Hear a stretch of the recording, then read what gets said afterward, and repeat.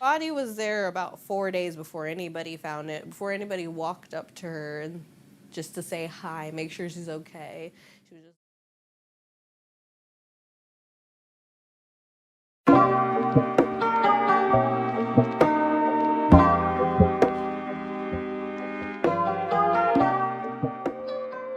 Hello everyone, I'm back with another video. Today I want to do a reaction to the viral story that happened a while back where a 60-year-old Wells Fargo worker was found dead at her desk. And I want to weigh in on this because a lot of people were running with the notion that evil corporate America, aka Wells Fargo, worked her to death, and I just don't think that's the case, and I'll tell you why. And before we go any further, let me just say rest in peace to Miss Prudhomme and condolences to the family in your time of distress. If you're watching this is definitely something that any family would feel is a blow to their heart, and I'm so sorry that you had to experience this. All right, let me go on ahead and zoom into this tragic story, and I'll come back and tell you my theory and my work experience. Let's go ahead and roll the clip. A Tempe Wells Fargo employee died at her desk. And 12 News is now confirming that it may have taken as many as 4 days for anyone in the office to notice. Good evening and thanks so much for joining us for 12 News at 10. I'm Kariba Devine. I'm Mark Curtis. It's a story we first reported yesterday. Tonight, Tempe police are confirming the timeline of when the woman clocked in to when her colleagues found the body. 12 News journalist Gabriela Becerra is in the studio with new details tonight. Gabby, 4 days. I mean, this poor woman went 4 days undiscovered. It's hard to believe. And that's a question many employees are asking themselves tonight. I spoke with an employee who said that she shared her perspective on the workplace environment, and they say it's a big building, but most people don't work there on a daily basis.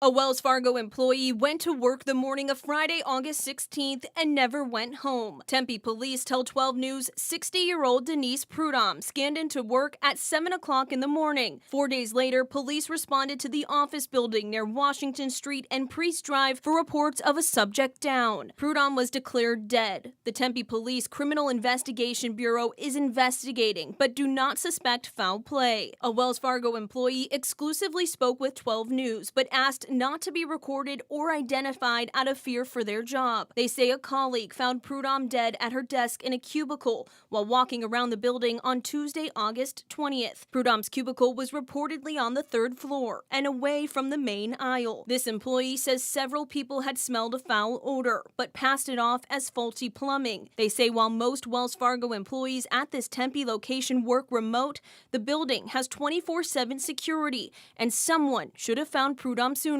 The incident left several employees feeling scared and uneasy. This employee wants to see new safety protocols in place, telling me, quote, "It's negligence in some part." A different worker also spoke with 12 News anonymously. It was just uncomfortable. Again, calling on the company to do more. Body was there about 4 days before anybody found it, before anybody walked up to her and just to say hi, make sure she's okay. She was just laying on her desk. A Wells Fargo spokesperson previously sent 12 News a statement saying, in part, "We are deeply saddened by the tragic loss of our colleague at our Tempe office," adding counselors through our employee assistance consulting service are available to support employees. An employee tells me their direct management offered those services, addressed the incident, and told workers the building was thoroughly cleaned. And a Wells Fargo spokesperson did not have new information to share with me tonight. The Maricopa County medical examiner is investigating the cause of death. In studio, Gabriela Becerra, 12 News. All right, Gabby, thank you. Okay, so you heard the details in the news story. Now let me give you my personal experience. Okay, so the notion that Wells Fargo worked her to death just isn't likely because there are laws that prevent older workers from suffering employment discrimination and exploitation. And as you can see on the screen, there are 3 of them that I found. The Age Discrimination in Employment Act, the Older Workers Benefit Protection Act, and the Civil Rights Act of 1991. So that's just not going to be something that's going to happen. And I also have the hunch that her coming in on Friday, also, kind of odd, which it's the most relaxed day of the week. So, why even bother? I just suspect that she probably just wanted to get out of the home environment for a change, get a taste of the office culture in person, even though she knew probably nobody was going to be there. It's just a change of environment. And a lot of remote workers do that from time to time. Unfortunately, she suffered the stroke or the heart attack that collided with bad timing. So you can shut that down. If anything, I have observed 10 years of office experience observing older workers putting unnecessary stress on themselves to keep up with the demands of commuting and handling a heavy workload, and unfortunately hiding a worsening health condition. And I have a few examples of people that I knew in the office that were not taking care of themselves properly, and they were not taking their medication on time, and it just ended up with them having a big medical emergency in the office. So the first instance I want to mention is when I worked at a finance company, and I witnessed an older lady, I'll just call her Miss Cynthia, who had a very bad day one day when she came in at 7 a.m. She was dealing with a terrible migraine due to her out of control high blood pressure. It was so bad that she was doubled over at her desk, and she was as white as a sheet. Everybody was like wondering, why did you even come in at all? It was unnecessary. But you couldn't tell her anything. She was a proud woman, and she had a very stubborn nature. So it was par for the course. People were coming up to her desk, checking in on her, asking her if she needed anything, but she did not want to admit that she was on the verge of collapsing in the office. And her work friends were rubbing on her back and, urging her to go ahead and go home, take care of herself, take her meds. Yeah, she wasn't looking good at all. But finally, around 10 a.m., our supervisor had to give her the choice of calling the ambulance and making a big scene and having her wheeled out in a stretcher, or making her call her husband or her daughter to come and pick her up. So she called her husband, and he came and picked her up, and she made the right choice, but she was on the verge of collapsing. And so the second instance that I want to mention is it happened to me when I was in my early 20s. I worked at a call center for 1-800-Flowers, and one day I sat next to this lady. I'll just call her Kalani. She was also in her mid 50s. She was obese, and she had the type 2 diabetes, I think, where you have to inject yourself with insulin. And she had recently came back from medical leave. She had not been back to the job a full month when she suffered a diabetic seizure right next to me. So all of a sudden I heard a high-pitched scream while I was in the middle of taking a call, and I turned to see it was from her. Her face was beet red, and she was just screaming. And next thing I know, she fell over, and before I could even take off my headset, end the call, and go and help her, about 5 or 6 people were already converging on her, helping her, and it was like they was expecting it. And so anyway, I got out of their way so they can help her, and they called the ambulance, and the EMTs came and picked her up after they stabilized her. And so come to find out, this was her 4th diabetic seizure.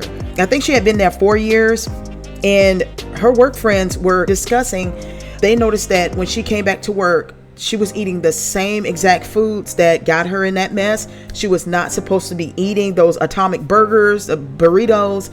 And they were on her about that. And then they were asking her, did she take her insulin? And so that is the reason why they rushed over there, because they kind of knew she was not taking her insulin. So anyway, it was just a terrible situation. It just shocked me, really. They didn't feel as if she was ready to even come back to work after that. I didn't see her again. So I just assumed that maybe they terminated her employment or something like that. It was just too much. And yeah, that was that. All right, so on to the third woman I want to talk about, and this is the last one. It is Miss Janice. She was a temp like me, but everybody talked about the way she struggled to understand the system, the software program, the procedures, deadlines, and the job in general. Miss Janice complained all day, and she just had erratic behavior. She would be staring into space and stuff. We just kind of chalked it up to she's stressed out. She got a lot on her mind, whatever.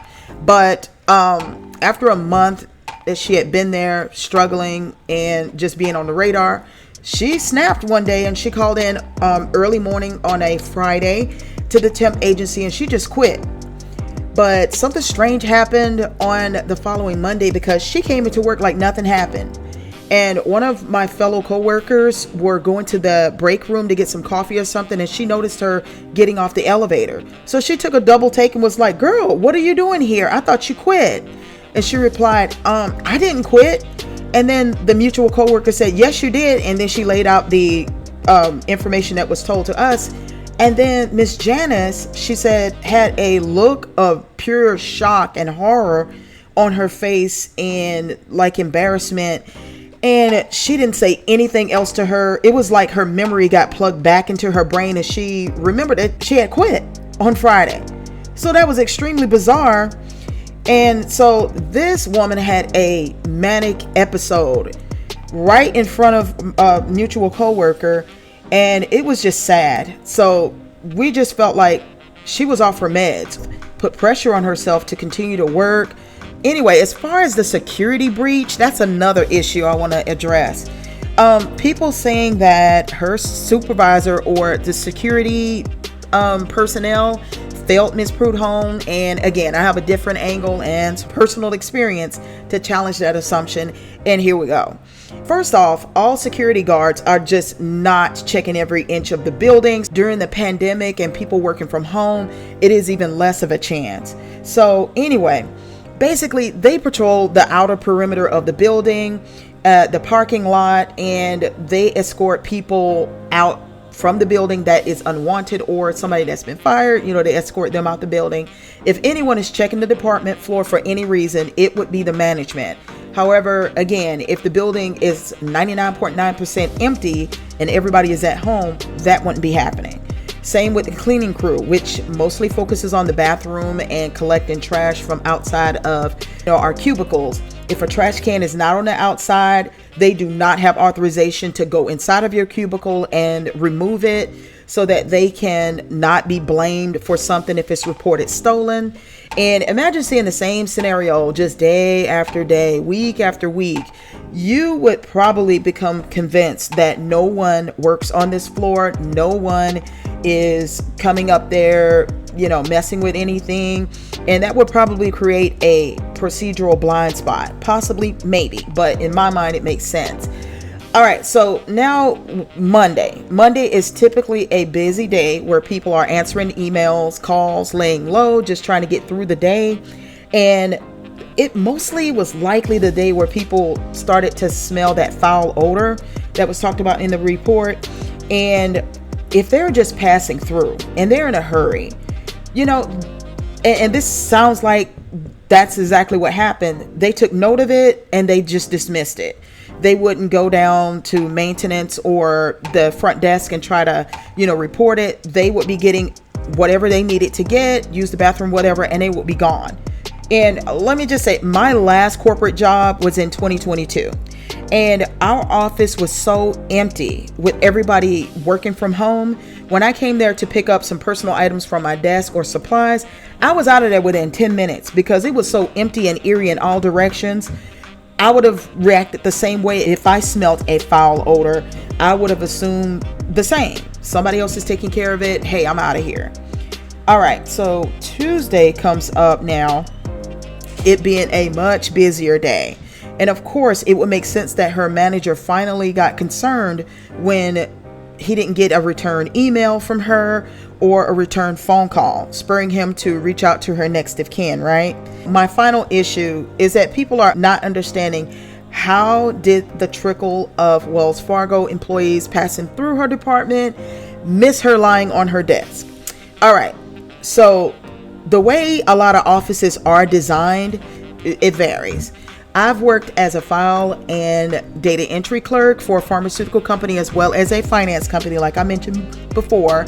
And our cubicles were in an enclosed room with a door and frosted windows. So I'm speaking from experience. I also worked at a law office as a clerk. Our cubicles had high walls and was private. So even a security guard doing a cursory check of the floor and, just doing a glance by, they wouldn't know somebody was tucked in there dead or, having lunch or something like that. It would only be a surface scan to make sure that everybody is completely gone by 6 p.m. And it's unfortunate, but this situation just fell on bad timing. And either way you look at it, it is a terrible thing that happened to her. And maybe this can serve as a cautionary tale to an older worker that might see this story and decide to take their health serious because they have a long-standing health condition that is spiraling out of control, and they have been neglecting their health. If anything positive can come out of that, I hope it's that message, and not exactly, evil corporate America worked an older worker to death, because that's just not the case. Because frankly, aren't we working for a company for money, for health benefits, and for other resources and perks? Are all of us workaholics and we just change our jobs? We love our jobs. We worship our jobs. No. People make jokes and memes about burning rubber in the parking lot on Friday after work, happy to get away from the job. And those Monday memes that convey that they hate their jobs, they just make fun of the job. So an older worker, with the statutes that are put in place and the provisions that the offices give them, prevent them from being exploited or taken advantage of or worked to death. That's all I have to say about this story and my theory and how I think Miss Prudhomme wasn't discovered for 4 days. Thank you for watching. Until next video. Bye, guys.